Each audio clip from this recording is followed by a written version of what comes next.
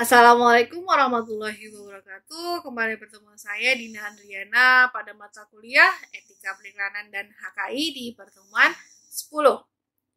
Di pertemuan 10 ini kita akan membahas lanjutan dari tata krama EPI berdasarkan wahana iklan atau media iklan.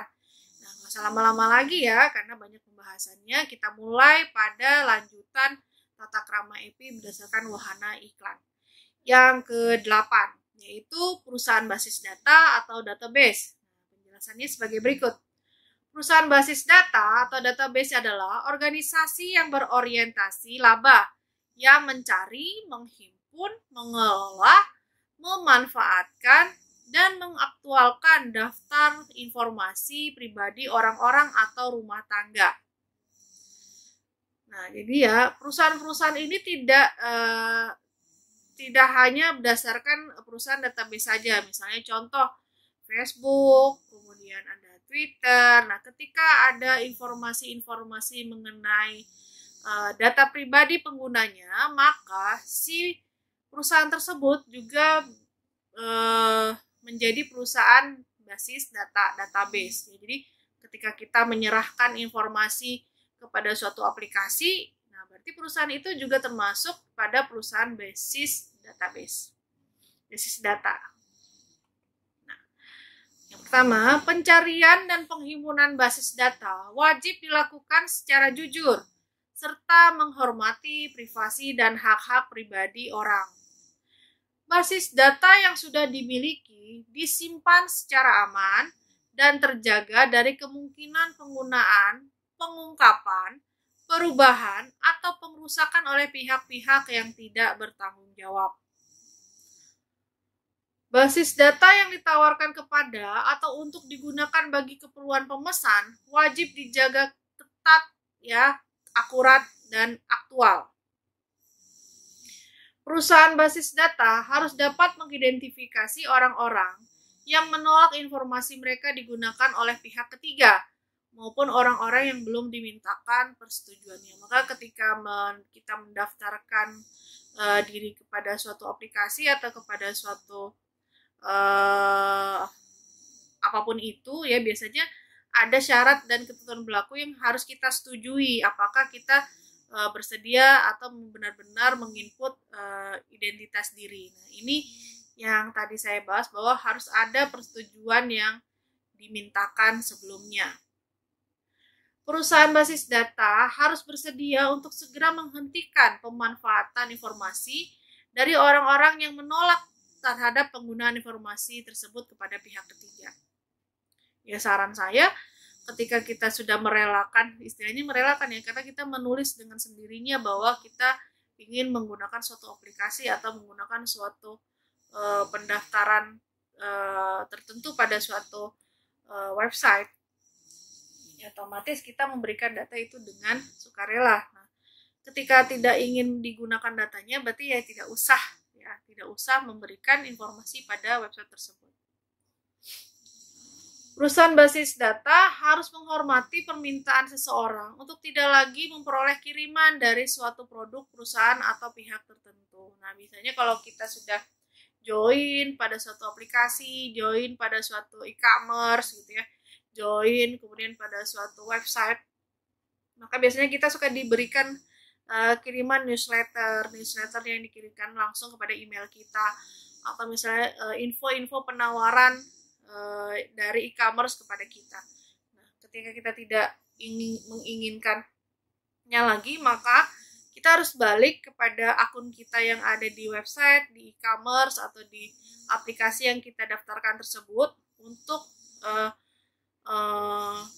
mengklik tidak ingin menerima newsletter atau tidak ingin menerima penawaran bentuk apapun pada email. Ya, karena biasanya bentuk penawarannya ini setiap hari akan masuk ke dalam email kita. Nah, kalau misalnya masuknya pada spam sih nggak masalah, tapi kalau masuknya kepada email utama kita ya, inbox utama kita, biasanya akan memenuhi email-email yang harusnya kita bisa lihat, ya, yang penting itu yang mana. Berikutnya, tadi ada perusahaan basis data. Sekarang kita bahas adalah tentang penajaan atau sponsorship. Penajaan atau sponsorship adalah penyelenggaraan, pelaksanaan, atau penyiaran suatu ajang atau program acara dengan imbalan tertentu kepada penyelenggara, pelaksana, atau media dengan biaya dan jangka waktu yang telah disepakati. Nah, sponsorship ini biasanya penajaannya itu bisa berupa sponsorship kepada suatu organisasi, pameran misalnya, atau sponsorship pada suatu program acara, bisa di televisi, bisa di radio, ataupun bisa juga di website. Nah, biasanya ketika kita melakukan sponsorship, kita akan membayarkan sejumlah tertentu. Kita ingin produk yang kita miliki ini ada di mana saja. Nah, kemudian ada dengan jangka waktu berapa lama, kemudian pada posisi yang mana. Nah, ini biasanya menentukan biaya yang akan kita keluarkan.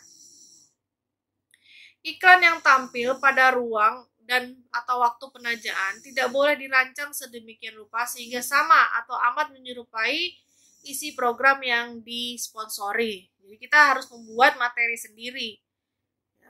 Identitas dari penaja suatu ruang atau waktu media harus ditampilkan secara jelas. Tajuk atau editorial suatu media tidak boleh ditajak. Jadi misalnya nama program tuh nggak boleh dijadikan sponsorshipnya, gitu ya. Berikut contoh-contohnya.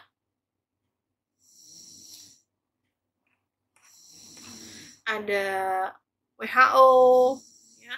Kemudian ada Gojek dan Traveloka di sini tentang Liga 1. Kemudian ada kuis di RCTI, ya.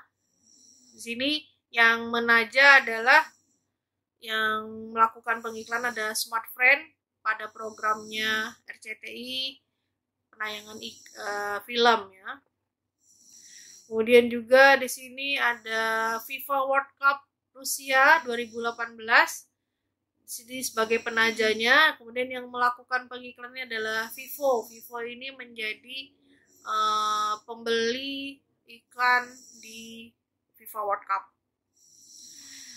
Berikutnya yang selanjutnya ada gelar wicara atau talk show. Pemandu gelar wicara harus mampu memisahkan dengan jelas antara materi pokok bahasan dan materi promosi suatu produk. Nah, biasanya dia akan mendapatkan naskah-naskah atau storyline yang harus dia sampaikan, apakah naskah dari talk show-nya sendiri atau dari materi promosi. Jika gelar wicara menampilkan tenaga profesional, maka dia tidak boleh mengesankan memberikan kesaksian atau testimoni atau anjuran atau endorsement baik secara langsung maupun tidak langsung mengenai materi promosi ya, ketika di talk show itu. Nah, contohnya di sini ada tentang talk show ngobrol asik bareng traveler yang dilakukan oleh Mercu Buana dan ada sponsorshipnya Pesona Indonesia.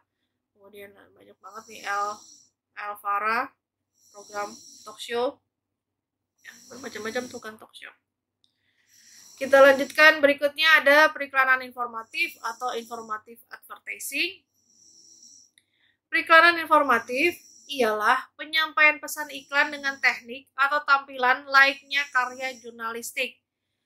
Ini termasuk juga seperti advertorial, infotorial, edutorial, inspiratorial, dan sebagainya yang mirip dengan informative advertising. Iklan advertorial, infotorial, infomersial, edutorial, edumersial, inspiratorial atau inspimersial dan sebagainya di media harus secara jelas memuat jenis iklan informatif tersebut tanpa maksud menyembunyikannya. Ya. Nah, sebenarnya kita bisa membuat iklan advertorial atau informasional ini dengan memberikan warna-warna atau nuansa-nuansa yang terkait dengan produk. Ya, contohnya misalnya kita bicara tentang kopi. Nah, kopi berarti kan identiknya dengan apa nih? Identik dengan warna coklat, identik dengan warna hitam. Nah, berarti nuansa-nuansa advertorial atau informasionalnya juga bernuansa coklat atau hitam. Ya, contoh-contohnya nanti saya perlihatkan. Ya, banyak. Kemudian, iklan informatif wajib mencantumkan secara jelas nama produk dan produsennya. Silakan. Misalnya iklannya tentang susu kehamilan, ya jelaskan di situ. Di sini produknya apa, gitu ya. Sepertinya silau. Kemudian iklan informatif tidak mempromosikan secara sepihak suatu kasus sengketa yang belum memiliki kekuatan hukum yang tetap. Jadi itu advertorial. Biasanya bentuknya artikel tapi menjurus kepada produk. Misalnya tadi contohnya kayak manfaat dibalik kelezatan susu coklat pada masa kehamilan. Ya berarti informasinya mengenai manfaat susu, kemudian dimasukkan, diselipkan secara jelas bahwa iklan susu apa nih yang cocok untuk kehamilan, dan jangan lupa ceritakan juga susu ini di siapa yang memproduksi atau produsennya. Berikutnya tentang pemanduan produk atau produk placement atau integration. Nah, di sini segala ketentuan pada bagian isi, ragam, pemeran, dan wahana iklan juga berlaku bagi periklanan penempatan produk. Penempatan produk berarti produk placement. Jadi ketika kita menempatkan suatu produk itu harus seperti apa. Ya. Kalau pemanduan produk integration adalah penempatan atau penyisipan suatu produk secara menyatu ya in program dalam alur cerita suatu film, acara televisi, rekaman video, dan sebagainya. Kadang juga kita menyebutnya sebagai produk placement. Nah, banyak sekali contoh-contohnya iklan-iklan itu menempatkan produk placement pada setiap narasi cerita di film. Contohnya di sini seperti iklannya, filmnya, saya lupa judulnya apa, Bear ya kalau nggak salah ya, si Teddy Bear ini. Nah, dia sedang makan Doritos. Nah, Doritos ini adalah salah satu contoh produk integration atau produk placement di dalam suatu film. Belum lagi juga macam-macam ya, ada minuman di sini juga, walaupun dia tersamarkan seperti ini juga termasuk pada produk placement dalam suatu film. Nah, ini juga ada produk placementnya Starbucks, walaupun dia disamarkan seperti ini ya, tapi kita pasti tahu bahwa ini adalah logonya Starbucks. Ada juga filmnya Castaway ya. Castaway di sini benar-benar terlihat jelas produk placementnya itu FedEx ya, dari si bungkus-bungkus atau dus-dus kotaknya si FedEx. Kemudian ada iklan juga, film juga dari film Transformer. Nah, di sini ada terlihat bahwa produk placementnya Goodyear. Nah, produk-produk placement ini memang tidak harus produknya yang terlihat, tapi bisa saja warna atau logonya atau tulisan nama dari produk itu yang terpampang di dalam suatu film. Kemudian ada juga film Wreck-It ya. Nah, di sini banyak sekali logo-logo yang muncul menjadi produk placement. Ada Google, kemudian ada Line, kemudian ada Yahoo, ada Twitter, ada Disney, di sini ada Mini Mickey ya. Kemudian belum lagi si produk-produknya putri-putri princess-princessnya dari Disney.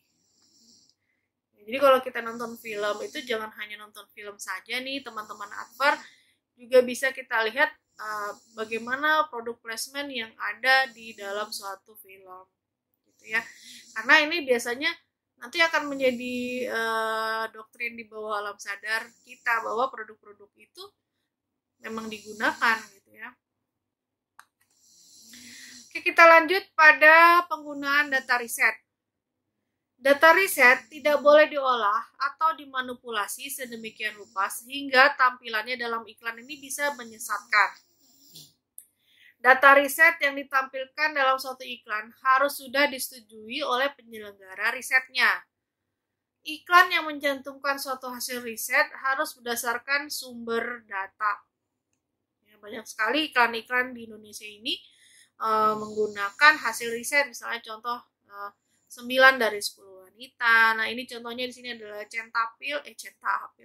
Cetaphil Gentle Skin Cleanser 9 dari 10 10 perempuan Indonesia menggantikan pembersih wajahnya. Nah, ada hasil risetnya berdasarkan hasil uji coba ke 364 anggota Home Tester Club Indonesia di Januari 2018. Atau misalnya di sini ada Pepsodent Sensitive Expert menyatakan bahwa terbukti 30 detik meredakan ngilu. Nah, berarti ada hasil risetnya. Berarti kita harus lihat nih. Walaupun tulisannya kecil, yang penting mencantumkan. Ya. Oke, kita lanjut. Ada subliminal. Subliminal, iklan tidak boleh ditampilkan sebagai subliminal. Apa sih subliminal itu? Subliminal adalah penempatan atau penyisipan pesan iklan amat singkat, umumnya kurang dari 1/3 detik pada saat-saat adegan klimaks dalam film, program televisi, atau rekaman video sedemikian rupa sehingga dapat masuk ke dalam alam bawah sadarnya manusia. Subliminal dapat menyebabkan calon konsumen mengikuti pesan periklanan tersebut tanpa sadar atau tanpa nalar. Karena itu, selain menyusupkan privasi khalayak, ia juga tidak menghormati hak si calon konsumen untuk menolak atau memilih. Ya. Nah, di sini saya memberikan contoh subliminal pada logo Amazon. Logo Amazon ada tertulis kata-kata Amazon.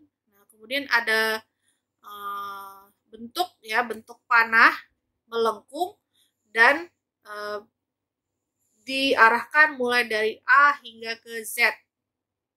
Nah, subliminal pada logo Amazon sini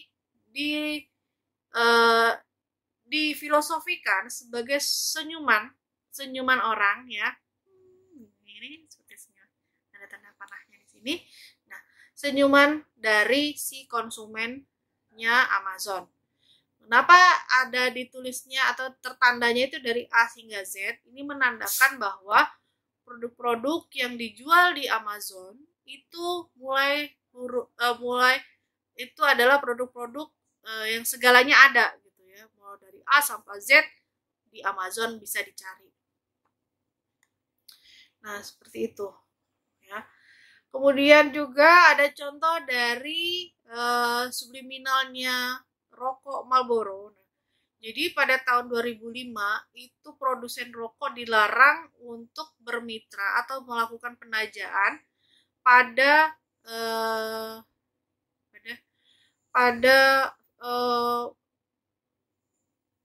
pertandingan atau apa ya namanya? Pada pertandingan mobil balap F1.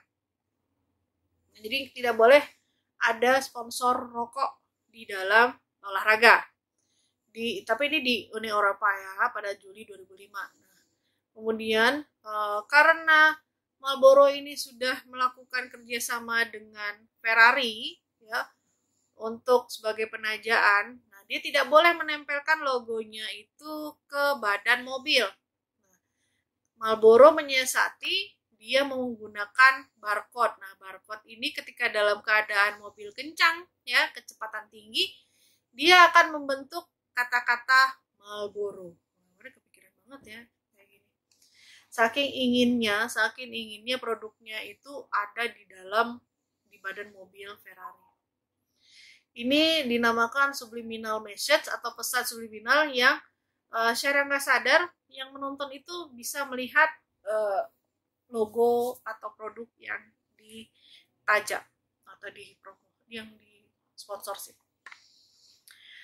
Oke, lanjut. Di sini ada subvertensi atau subvertising. Iklan tidak boleh ditampilkan sebagai subvertensi. Nah, subvertensi itu adalah praktek periklanan dengan menyabot pesan periklanan pihak pesaing, dengan menindih pesan lama dengan pesan baru pada ruang atau waktu yang sama, yang merupakan plesetan, parodi, ataupun tipuan atas pesan-pesan periklanan asli dari pengiklan aslinya, atau yang melakukan iklan lebih dahulu. Sehingga makna yang tampil adalah makna mencemooh atau merendahkan pesaing yang duluan melakukan periklanan. Ya, atau biasanya ini pada praktek-praktek iklan politik.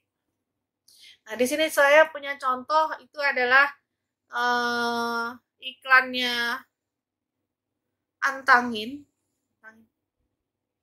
Oh, bukan, sorry. Iklannya Bintang 7 yang dibintangi oleh Bapak siapa ini, lupa namanya.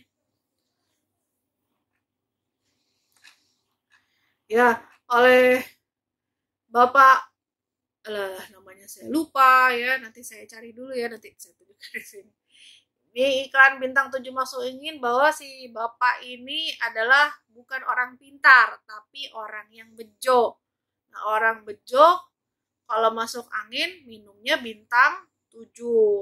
Nah, kemudian ada tulisan orang bejo lebih untung dari orang pintar. Nah, ingat kan yang punya tagline atau positioning orang pintar itu adalah tolak angin. Jadi dia mencemooh atau menggoda pesaingnya, si tolak angin.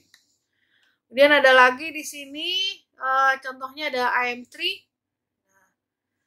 IM3 melakukan subvertensi. Nah, di sini tulisannya apa? Oh iya, tulisannya bahwa dia mencemooh Telkomsel. IM3 di sini ada kata-katanya, saya sudah buktikan nelfon ke Telkomsel Rp1 per detik. Nah, dia kan menyebutkan pesaingnya ya, pesaingnya di sini Telkomsel. Kemudian ada tulisan lagi kata-kata Telkomsel nggak mungkin. Nah, ini melakukan subvertensi. Atau ada lagi yang paling terbaru di sini ada tentang di apa ya, KRL ya, komuter lain. Dia menggunakan memang si sesama ojek online ini berwarna hijau-hijau ya, tapi kalau untuk yang satunya lebih menggunakan garis hitam, yang satunya menggunakan garis berwarna putih. Nah, di sini ada iklan yang dipasang di komuter lain, males desak-desakan, kalau ngojek pakai app yang cepat aja.